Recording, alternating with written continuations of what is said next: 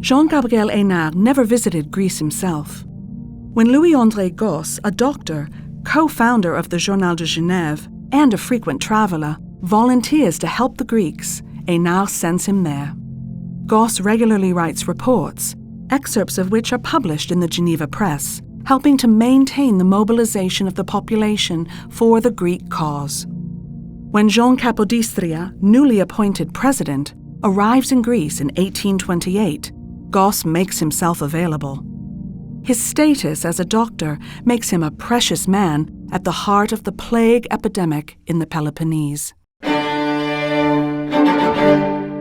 When Gosse, moved by a letter he reads at my house, from the widow of Marcus Botsaris asking him to help Greece, we charge him with administering the financial and material resources that we send there on behalf of several European Philhellenic committees.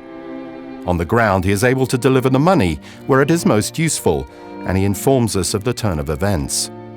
He's also entrusted by the local authorities with the role of tax collector in the archipelago. As he tells his mother in a letter, "Despite my sustained activity, despite the eagerness to help me, I cannot cope with everything. The work is building up and I find myself dragged along by the whirlwind. Intern conciliator, advisor, authorizing officer, commissioner general, paymaster, broker, secretary, doctor. I've become a real harlequin. My dress at least bears the livery. As for my heart, it has not changed. I can vouch for it, and it will not change, despite the strength of events, despite the frustrations that arise at every step." we receive his letters impatiently, and sometimes, it must be said, quite apprehensively. It's because he's living through it. Some of his letters are then reproduced by the press, allowing many Genevese to follow his travels. His knowledge of medicine is also very useful in the field.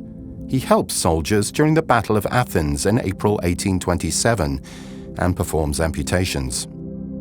During the plague outbreak in Greece in 1828, he is at the forefront. He goes to the bedside of the sick as an expert to organize the quarantines needed to prevent the spread of the disease.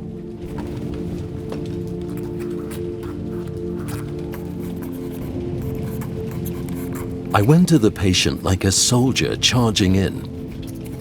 It was the first time I'd seen a plague sufferer.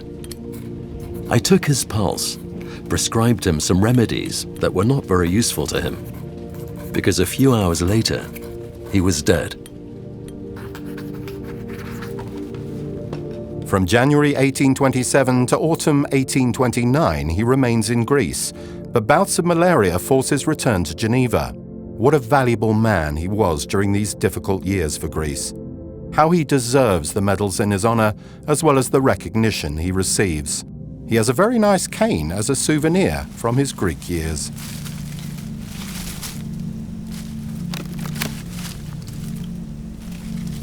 In memory of my visit to Epidaurus, I picked up one of these branches and later made a cane from it, on which I used my pocket knife to engrave a hieroglyph that provided a reminder of the origin of these trees. So, it has the following words written in Greek.